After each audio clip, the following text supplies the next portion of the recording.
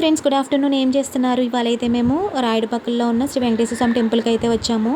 రాయుడుపక్కల్లో famous temple అనమాట ఇది. చుట్టూ పొలాల మధ్యలో, తోటల మధ్యలో ఉంటుంది. టెంపుల్ అయితే చాలా ప్రశాంతంగా ఉంటుందన్నమాట.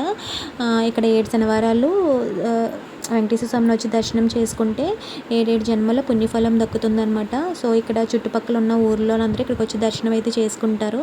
మేము కూడా చాలా ఇయర్స్ అయిపోయిందనమాట వచ్చి. పిల్లలు చిన్నగా ఉన్నప్పుడు అయితే ఇక్కడికి వచ్చి పిల్లలకి తలనీలాలు అయితే ఇచ్చాము. సో మళ్ళీ ఇవాళ అయితే కుదిరిందనమాట. చాలా బాగా అనిపించింది. ఇక్కడ శ్రీ వెంకటేశ్వర స్వామి దర్శనం అయితే చేసుకున్నాము. మీరు కూడా చేసుకోండి దర్శనము వెంకటేశ్వర స్వామిని. అలాగే ఇక్కడ వెంకటేశ్వర స్వామి, అటుపక్కేమో శ్రీ లక్ష్మీ అమ్మవారు, అలాగే ఎదురుగుండా గరుత్మంతుర స్వామి, అలాగే పక్క అయితే గోదాదేవి అమ్మవారు ఉంటారనమాట.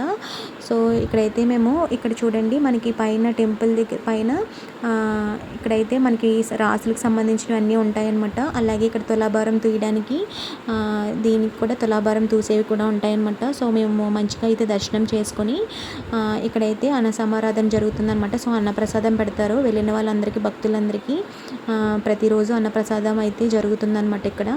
సో ఇది కూడా ఇక్కడ అరిటాకుల్లో అయితే పెడుతున్నారనమాట. ఇక్కడైతే అన్నవరం ప్రసాదం, అలాగే టమాటో పచ్చడి, అలాగే బిర్యానీ పెడుతున్నారనమాట. బిర్యానీ, అలాగే ములక్కాడ బంగాళదుంప కర్రీ, అలాగే రైస్, సాంబార్ అనమాట. చాలా బాగా జరుగుతుంది. చాలా బాగా డెవలప్ అయిందనమాట వెంకటేశ్వర స్వామి టెంపుల్ రాయుడుపాకల్లో అయితే. చాలా బాగా అనిపించింది. వాళ్ళు వెళ్ళినందుకు చాలా హ్యాపీగా అనిపించింది నాకు. అక్కడ మేము భోజనం అయితే చేసేసి అమ్మ వాళ్ళ ఇల్లు దగ్గర అనమాట. సో అక్కడికైతే వెళ్తున్నాం అనమాట.